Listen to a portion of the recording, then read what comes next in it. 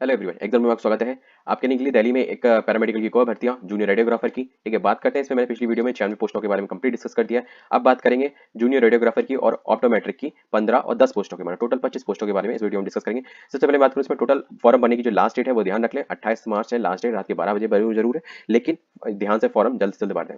ठीक है, और इसमें देखा सकते हैं 15 पोस्ट टोटल निकली हुई है ऑप्टोमेट्रिक्स में। ठीक है, और दूसरी पोस्ट निकली हुई है आपकी जूनियर रेडियोग्राफर की, जो कि 10 पोस्ट है। अब हम बात करेंगे इसकी एलिजिबिलिटी के बारे में। ठीक है, तो चलिए हम फटाफट से एलिजिबिलिटी पे पहुंचते हैं। ठीक है, एलिजिबिलिटी की अगर हम देख लेंगे तो यहाँ पे टोटल पोस्ट, जैसे कि मैंने बताया था, 15 पोस्ट निकली हुई है। ये ऑप्टोमेट्रिक्स में केवल 12th पास चाहिए। ठीक है, और उसके साथ साथ डिग्री चाहिए ऑप्टोमेट्री में। ठीक है, 4 ईयर ड्यूरेशन कोर्स। ठीक है, वैसे जैसे कि आप देखते हैं रेडियोग्राफर के लिए तो केवल डिप्लोमा मांगा गया है, डिग्री भी मांगी गई है पर इन ऑब्लिक में। ठीक है, और इसमें आ सकते हैं कि लेवल 5 की सैलरी है, अच्छी बात है। उसमें लेवल शायद 4 है ना। इसमें 29,200 से लेकर 92,300 के बीच में आपकी सैलरी रहेगी। नॉन गेस्टेड पोस्ट है, नॉन मिनिस्टर पोस्ट है। एज की बात करें 21 से 30 है। ठीक है, और कोई भी डिजायरेबल या एसेंशियल एक्सपीरियंस का इसमें कोई रिक्वायरमेंट नहीं है। क्वालिफिकेशन रिलैक्सेबल एट पर द कॉम्पिटेंट अथॉरिटी। वैसे ये कुछ होता नहीं है, क्योंकि मेन चीज है इतने कैंडिडेट मिल ही जाते हैं। ठीक है, बात करते हैं नेक्स्ट पोस्ट, जो कि मैंने बात करती जूनियर रेडियोग्राफर की, तो ये निकली न्यू दिल्ली म्युनिसिपल काउंसिल में। तो 10 पोस्ट है, तो कैटेगरी के according other state candidate eligible है, बट यूआर में। अगर रिजर्वेशन की बात करें, ईडब्ल्यूएस हुआ या ओबीसी हुआ या एससी हो, कोई भी रिजर्वेशन या पीडब्ल्यूडी, इसमें केवल दिल्ली वाले कैंडिडेट ही भर सकते हैं, क्योंकि डीएसएसपी की वैकेंसी है। जैसे कि अपने यूपी में यूपी ट्रिपल एससी होता है, एमपी में एमपीपीएससी एमपीएससी होता है, लाइक दैट, अलग अलग। ठीक है, और यहाँ पे बात करते हैं इसमें, और जूनियर रेडियोग्राफी में केवल मैट्रिक और 2 ईयर का एक्सपीरियंस चाहिए, किसमें, डार्क रूम ऑफ एक्सरे। ठीक है, तो जूनियर रेडियोग्राफी में केवल 2 साल का 10th पास और 2 साल का एक्सरे का एक्सपीरियंस चाहिए। ठीक है, यहाँ पे एक चीज और दी गई है, एक्सपीरियंस जो है as mention in essential qualification column. ठीक है, तो जो ये एक्सपीरियंस एसेंशियल क्वालिफिकेशन मांगे इसमें वो चाहिए।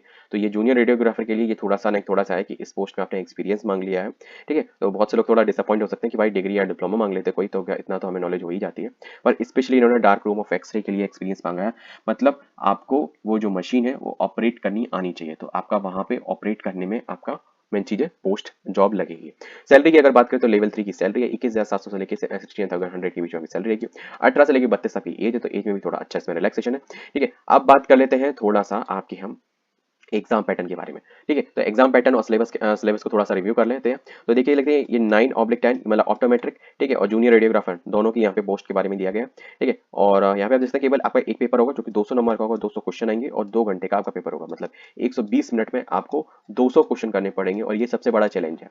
ठीक है, यहाँ पे आप देख सकते हैं इसमें 5 सब्जेक्ट हैं, जो कि आप फर्स्ट इसमें 2 सेक्शन होंगे आपके। ठीक है, सेक्शन ए और सेक्शन बी। तो सेक्शन ए में हम देख लेते हैं 5 सब्जेक्ट हैं आपके, general awareness, reasoning, mathematics, Hindi, English. ठीक है, तो ये 100 नंबर के हो गए। दूसरा सेक्शन जो है वो आपका डोमेन है, मतलब ऑप्टोमेट्रिक में तो ऑप्टोमेट्रिक के बारे में आ जाएगा, और जूनियर रेडियोग्राफर में तो जूनियर रेडियोग्राफर के बारे में आ जाएगा। ठीक है, तो 100 नंबर का ये आपका आएगा। और अब बात करते हैं जैसे कि फॉर एग्जाम्पल उसमें 2 साल का केवल एक्सपीरियंस मांगा गया है, तो भाई केवल क्या 10th लेवल देगा, नो डिप्लोमा का।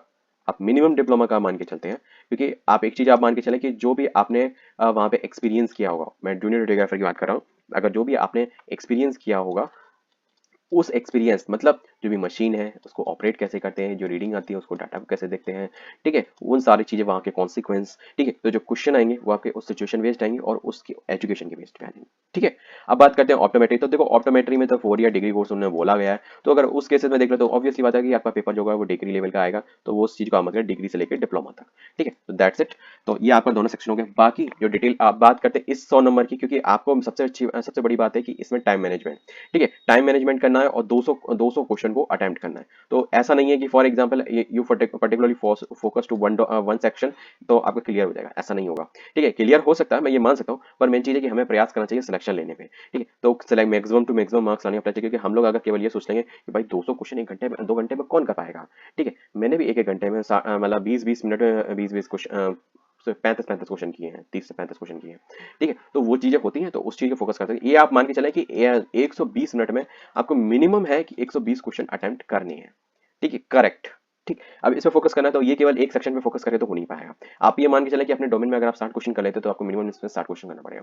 तो नॉन टेक पोर्शन को कैसे मैक्सिमम प्रयास करें क्रैक करने का, मैंने स्ट्रेटेजी ऐसी बताई है कि 100 में से 80 नंबर मतलब 80 क्वेश्चन आप बड़े आराम से डिटेक्ट कर पाओगे, और विद इन फ्यू मिनट्स। मतलब फॉर एग्जाम्पल कुछ 10 मिनट भी अगर आप इन सेक्शन को दे दोगे, ठीक है, तो भी आपका भंडार हो जाएगा।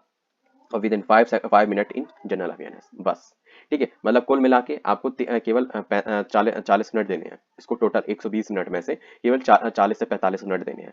It's all your completely. और हाँ, स्पीड मैंने उसमें जो स्ट्रेटेजी है उसको आप फॉलो अप करोगे तो आपको खुद अंदाजा हो जाएगा कि हाँ, अगर इस हिसाब से फॉलो अप करते हैं तो मेन चीज पॉसिबल है। ठीक है, तो मिलते हैं नेक्स्ट वीडियो में। और हाँ, अप्लाई करने का लिंक डिस्क्रिप्शन में आपको मिल जाएगा। ठीक है, वीडियो को ज़्यादा लेंथी ना करते हुए, और कोई अगर दिक्कत हो तो आप कमेंट कर दीजिएगा। एज का मैंने आपको बता ही दिया है, ठीक है, पर्टिकुलर है। अप्लाई करने का लिंक आपको ये मिल जाएगा, ठीक। और एलिजिबल कैंडिडेट आप ऑनलाइन मोड के थ्रू के अतिरिक्त कोई भी ऐसी प्रोसेस नहीं है जिसके थ्रू आप इसमें अपीयर हो सके। तो मिलते हैं नेक्स्ट वीडियो में किसी और के साथ। जय हिंद। वीडियो को लाइक और चैनल को सब्सक्राइब करना बिल्कुल नहीं भूलें। जय हिंद।